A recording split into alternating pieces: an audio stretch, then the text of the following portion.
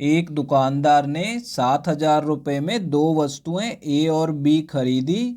यदि वह ए को 16% लाभ पर और बी को 12% हानि पर बेचे तो पूरे सौदे में उसे 6% का लाभ होगा।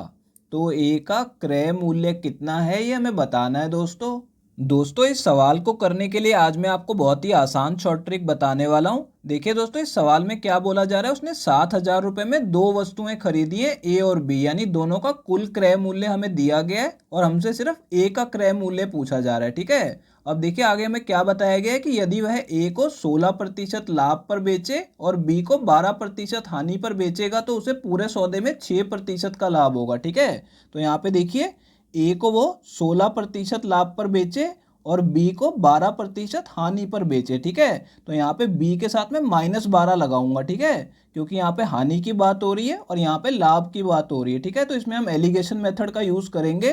तो देखिए दोस्तों, यहाँ पे दोनों को बेचने पे उसे पूरे सौदे में 6% का लाभ होगा। ठीक है, तो 6 को हमें बीच में लिख लेना है।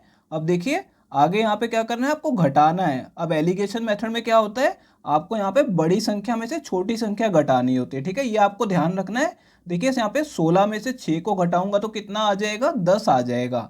लेकिन आपको यहाँ पे ध्यान देना है, यहाँ पे 6 बड़ी संख्या है। ठीक है, तो यहाँ पे 6 में से -12 को घटाना है। ठीक है, तो यहाँ पे देखिए 6 में से 12 को घटाऊंगा तो यहाँ पे क्या होगा, ये दोनों जमा हो जाएंगे, माइनस माइनस कैंसिल हो जाएगा। ठीक है, तो इन दोनों को जमा करेंगे तो कितना आ जाएगा, 18 आ जाएगा। तो यहाँ पे ये आपको ध्यान से करना है कि बड़ी संख्या में से छोटी संख्या को घटाना है। ठीक है, तो देखिए यहाँ पे ये दोनों संख्याएं अनुपात में होती हैं, इन दोनों को हम 2 से काट के छोटा कर लेंगे। ठीक है, तो कितना आ जाएगा, इस तरफ 9 और इस तरफ 5 आ जाएगा। ठीक है, यानी कि ए का क्रय मूल्य 9 है तो उसकी तुलना में बी का क्रय मूल्य 5 है। लेकिन दोस्तों ये जो क्रय मूल्य है ये अनुपात में दिया गया। ठीक है, इसे हम रुपयों में कैसे निकालेंगे, हमें यहाँ पे कुल क्रय मूल्य रुपयों में दिया गया 7,000 रुपये। ठीक है, तो ये जो अनुपात वाली वैल्यू है इन दोनों को हम जमा कर लेंगे तो ए और बी का कुल क्रय मूल्य कितना आ जाएगा, 14 यूनिट आ जाएगा। ठीक है, तो यानी कि जो 14 यूनिट है ये किसके बराबर है, ये 7,000 रुपये के बराबर है। ठीक है,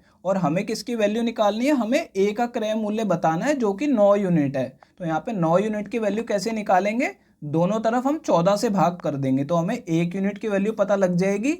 इसे हम 14 से भाग करेंगे तो कितना आ जाएगा, 500 आ जाएगा। ठीक है, और हमें 9 यूनिट की वैल्यू निकालनी है तो दोनों तरफ 9 से गुणा कर दीजिए। तो यहाँ पे देखिए 9 यूनिट की यानी कि ए का क्रय मूल्य कितना आ जाएगा, इसे 9 से गुणा करेंगे तो 4,500 रुपये आ जाएगा। ठीक है, तो देखिए दोस्तों ये हमारा इस सवाल का आंसर आ गया है, ये चौथा ऑप्शन करेक्ट है। दोस्तों अगर ये वीडियो आपको पसंद आई हो तो इसे लाइक कर दीजिए और दोस्तों अगर आप लोग चैनल पे नए हैं तो चैनल को सब्सक्राइब जरूर कर लीजिएगा और दोस्तों नोटिफिकेशन बेल को दबाना बिल्कुल मत भूलिएगा।